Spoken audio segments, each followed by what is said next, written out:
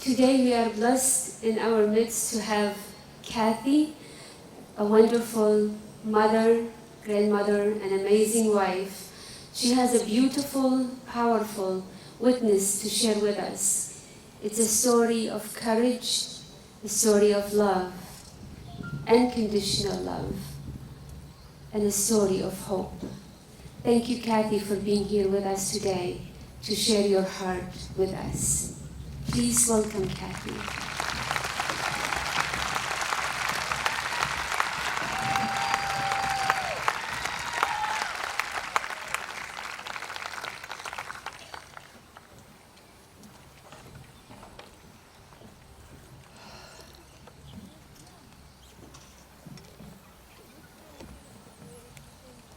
I'd like to start with a prayer.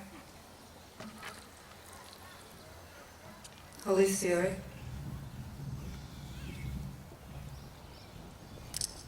please give me the words with the gentleness of the Blessed Mother and the holy boldness of St. Paul, so that they can hear what you want them to hear, and they see you and they hear you, Jesus. Amen. Good evening. My name is Morrisey, and I'd like to thank Mayor Koch, Mother Olga, all the priests and clergy here, all those in organizing this event. It is truly an honor to be asked to share my journey that led me here to this podium. My story is one of love, loss, faith, grace and mercy, redemption, and hope. I grew up close by here in the South Shore in Weymouth and Braintree, and I really had just an idyllic childhood. I had a very happy upbringing. We had a very close family. I'm the third of 4 children, and my home is always filled with laughter and love and music. My parents were the perfect parents, and they just celebrated 60 years of marriage. We grew up wanting, we grew up wanting for nothing. We were always sent to Catholic school for all 12 years. And in high school, I was really actually very immature, and I cared much more about my friends and my cheerleading, my shoes, and I didn't really focus on my studies at all. My faith was very immature. I knew all the characters in the Bible. I knew Jesus in my head, but I did not know him in my heart.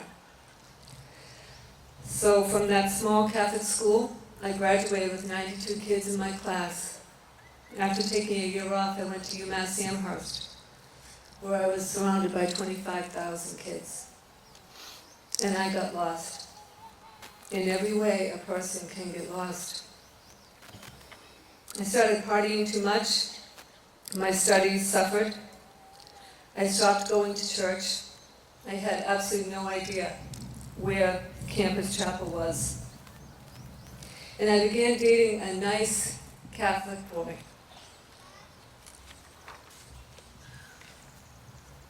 My first semester sophomore year, my worst fear came true. I found out I was pregnant, and I thought my life was over. I found out at the campus clinic, they only gave me one option. They gave me a card with the number of the local abortion facility, and in that area, that facility served the 5-college system. So I went back to the dorm room, and I told this boy, and his reaction was, "You have an abortion, or I will have no part of this." And I never felt so alone. So he said he would get the money, and I called to make the appointment for that abortion. And it was so cold. It was like I was making an appointment for a manicure or something. And inside I was screaming for someone to please help me.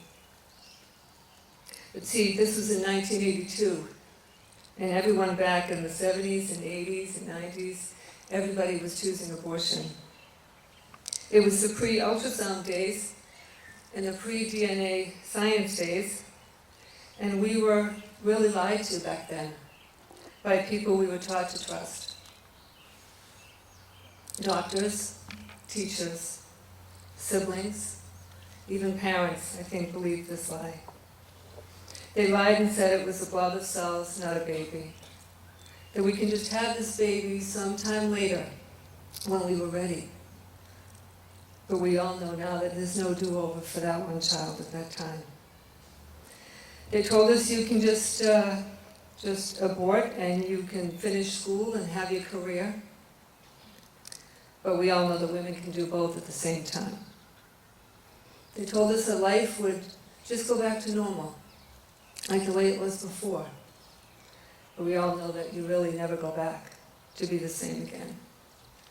But out of fear, we buy lies. And they're still lying to them today.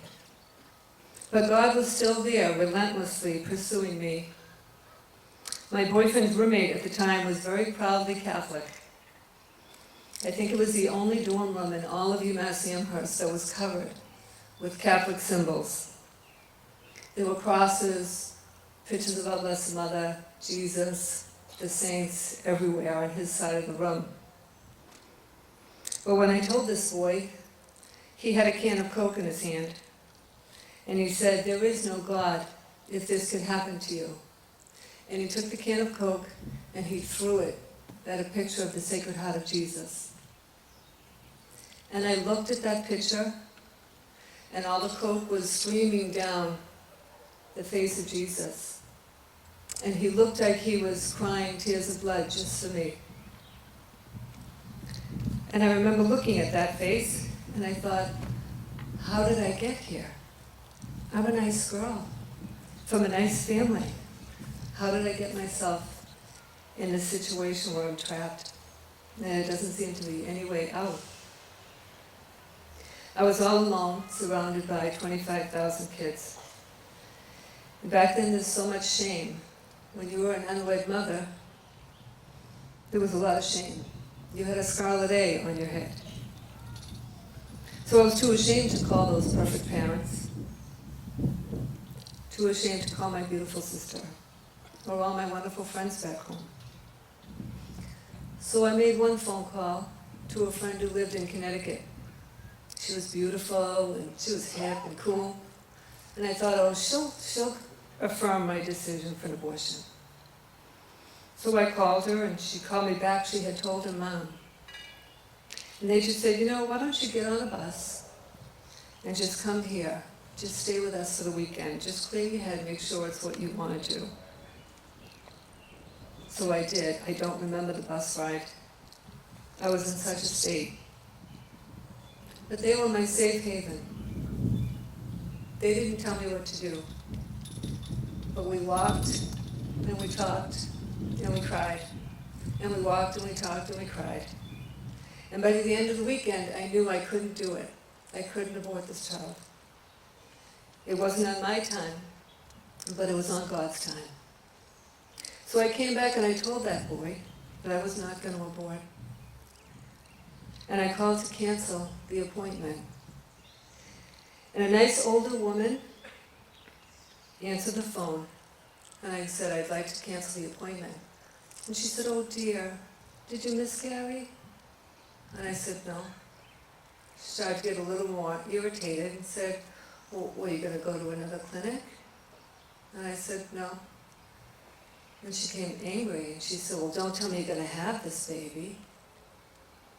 And at that moment, I became the mother to that child. This mama bear just welled up inside of me, and I said, as a matter of fact, I am. That voice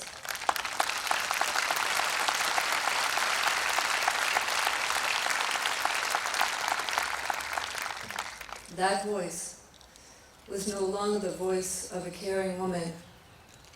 It sounded like something from a horror movie. It wasn't even human.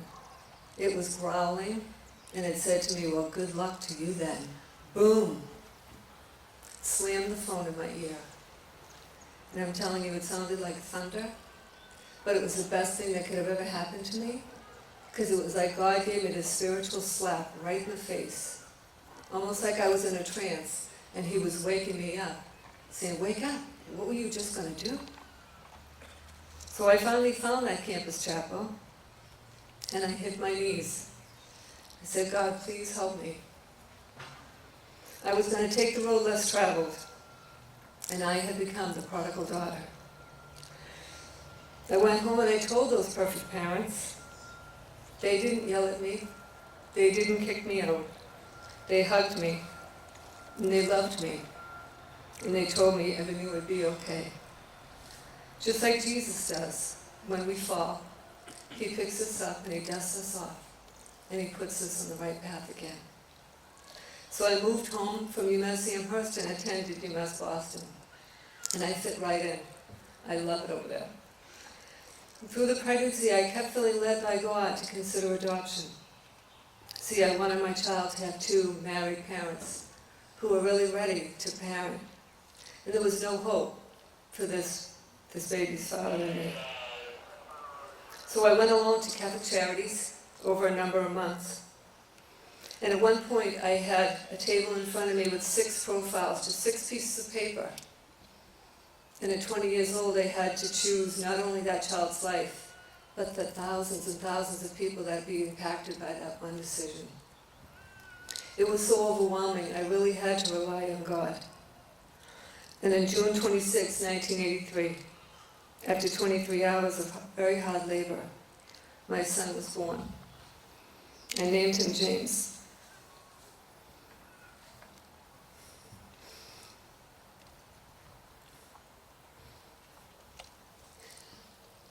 I remember staring at him.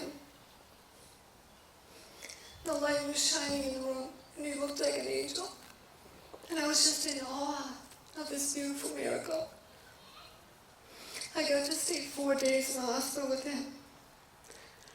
Father Peter Casey came to bless that baby. And then I had to leave.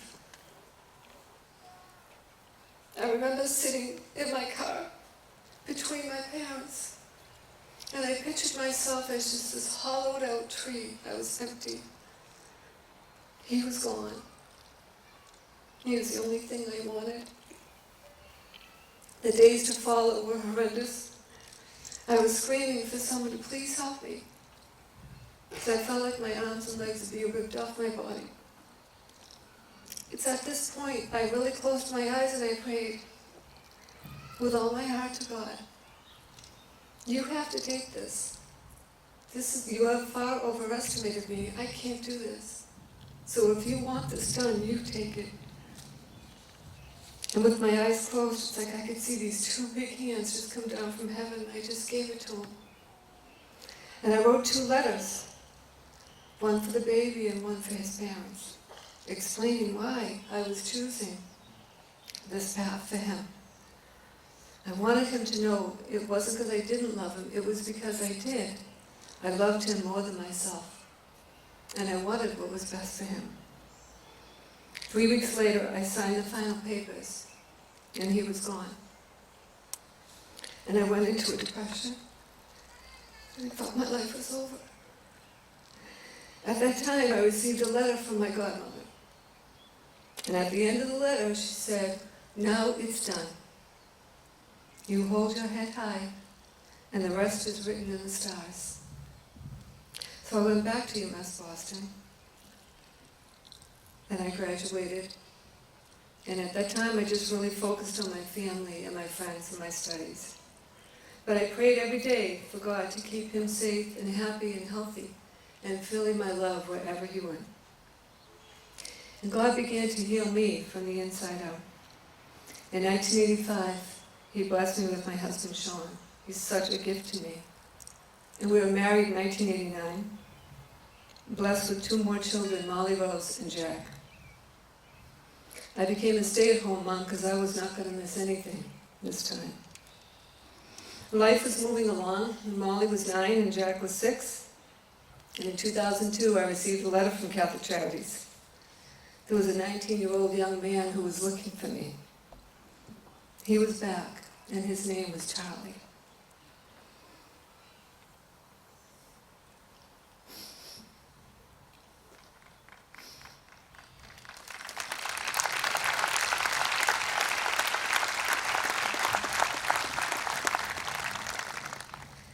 was October 14th of 2002, we reunited.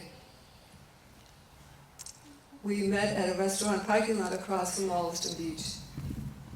Charlie walked up to me, and we hugged. And he was like Lazarus, because to me he had died. And then he was standing in front of me.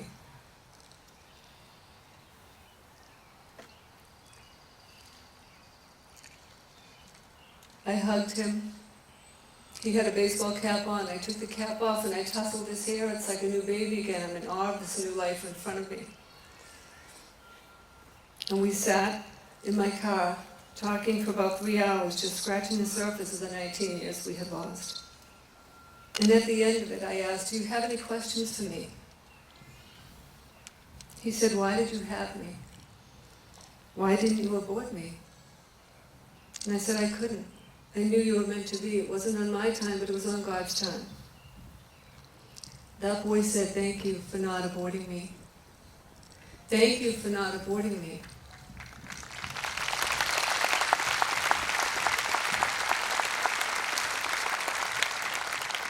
He said, "I love my life. I have a wonderful family.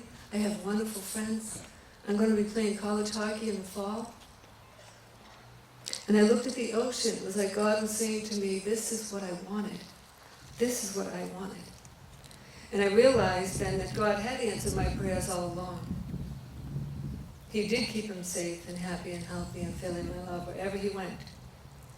We do have a beautiful relationship now, where I do get to mother him, but more as a friend. And from the time we reunited, we started building family memories so that there was a strong family foundation for the 3 children to build upon for the future generations. My husband opened up his heart and our home to this boy, and he loves him as his own. His adoptive family has become part of our extended family. 2 years ago, he married his beautiful Cathy. I gained a daughter that I love as my own. She said yes even when she knew she was going to have 2 mother-in-laws, so that girl was a keeper. And I got to dance with him at his wedding. And while we danced, he said he feels like George Bailey in the movie It's a Wonderful Life. He watches that movie every Christmas Eve. It's a movie of how every life really makes a difference. And I reminded him in that movie that George and Mary Bailey have 4 children. No pressure, but time is wasting. And I gave them both the advice that I got at my wedding. When in doubt, procreate. So in January of this year, they had their first child. My first grandchild. My parents' first great-grandchild. Her name is Abigail. In Hebrew, the name Abigail means a father's joy. So perfect. She's 5 months old and she's heaven on earth. She really is the glory of God the Father. And once again, we were in awe of God's miracle of life. After Abigail was born, we were allowed into the delivery room. And it was like a chapel in that room.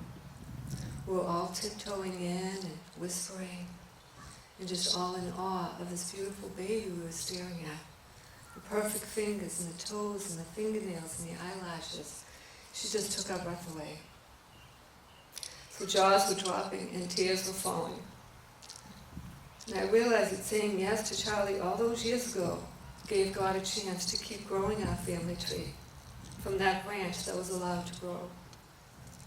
God willing, she will have many children, who will go on to have many children, who will go on to have many children, and the generations will continue. But this culture of death wants the destruction of that family tree, of the miracle of life. It seeks to devalue that life in the womb. It wants to destroy our sense of awe and wonder when the presence of the miracle of life is in front of us. That awe that catches your breath when you see a new baby, or you know you're pregnant with a new baby. But I don't believe God's going to allow that to happen. I recently heard a story of a woman who found out she was pregnant. And when they suggested adoption to her, she said, "Oh no, If I don't raise this child, no one's gonna. The culture of death has so convinced everybody, even our youth, that if you're not ready to have and raise a child, it is more brave and compassionate to abort it than to place it for adoption. That only a cold-hearted, uncaring woman would do something like that. Well, my hope is that those days are over. My hope is to change the image of the birth mother. We are not the cold, uncaring women this culture portrays us as. Far from it. The choice shows the sacrificial love a mother has for her child. Birth mothers place their children. We don't give them up. We place them lovingly, and we'll always be their mother. And all the pain I went through is worth it if he lives 90 years to be a grumpy old man. It is such an honor to give life to another. There is nothing more feminine than that. And yes, you can be pro-woman and pro-life. I am honored to have birthed and mothered all of my children, Charlie, Molly, and Jack. I firmly believe our children are the best gifts we are ever getting in this life. I am in awe of them and the people they have become.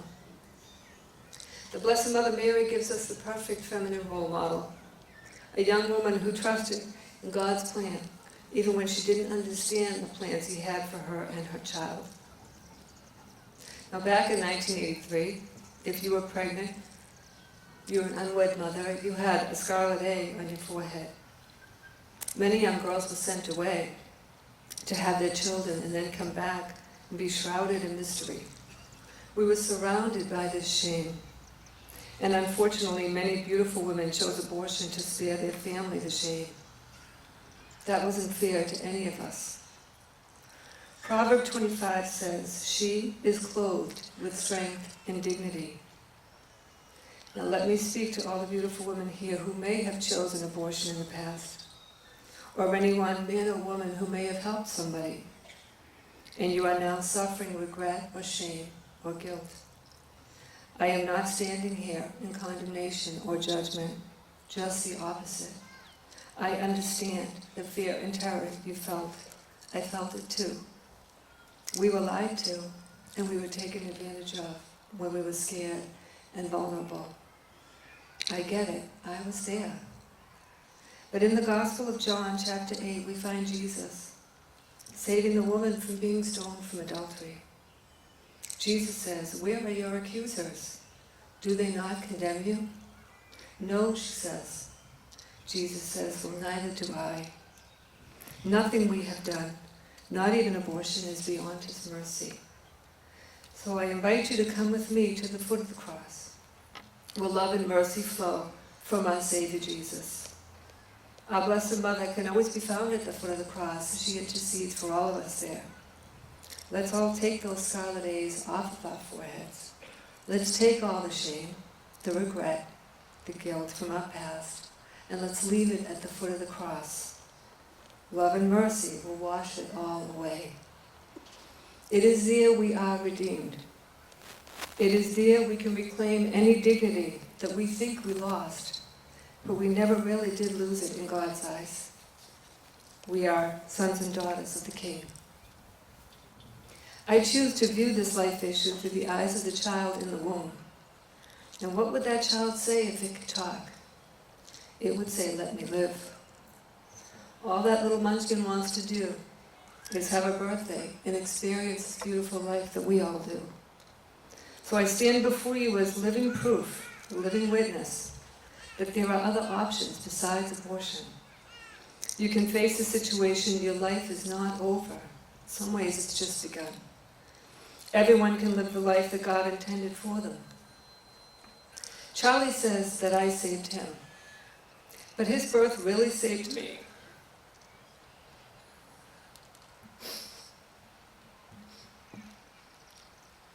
My scars have made me who I am. And all the blood and the sweat and the tears that I spent to get him here brought me to the loving heart of Jesus. God can work miracles in your life. He can take you from the deepest pit. He can heal you. And he can use you in ways you can never imagine. Jeremiah 29:11 tells us that God has a plan and a purpose for each life. Not for destruction, not for a future and a hope.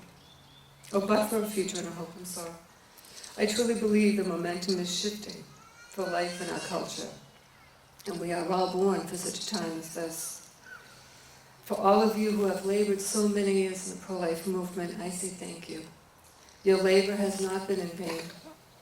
And now it's time to let all of our voices be heard in support of a culture that honors the miracle of life in the womb, from the very beginning, and all through stages of life until God sends his angels to take us home. And I believe if we do that, then as my godmother would say, now you hold your heads high, and the rest is written in the stars. Thank you.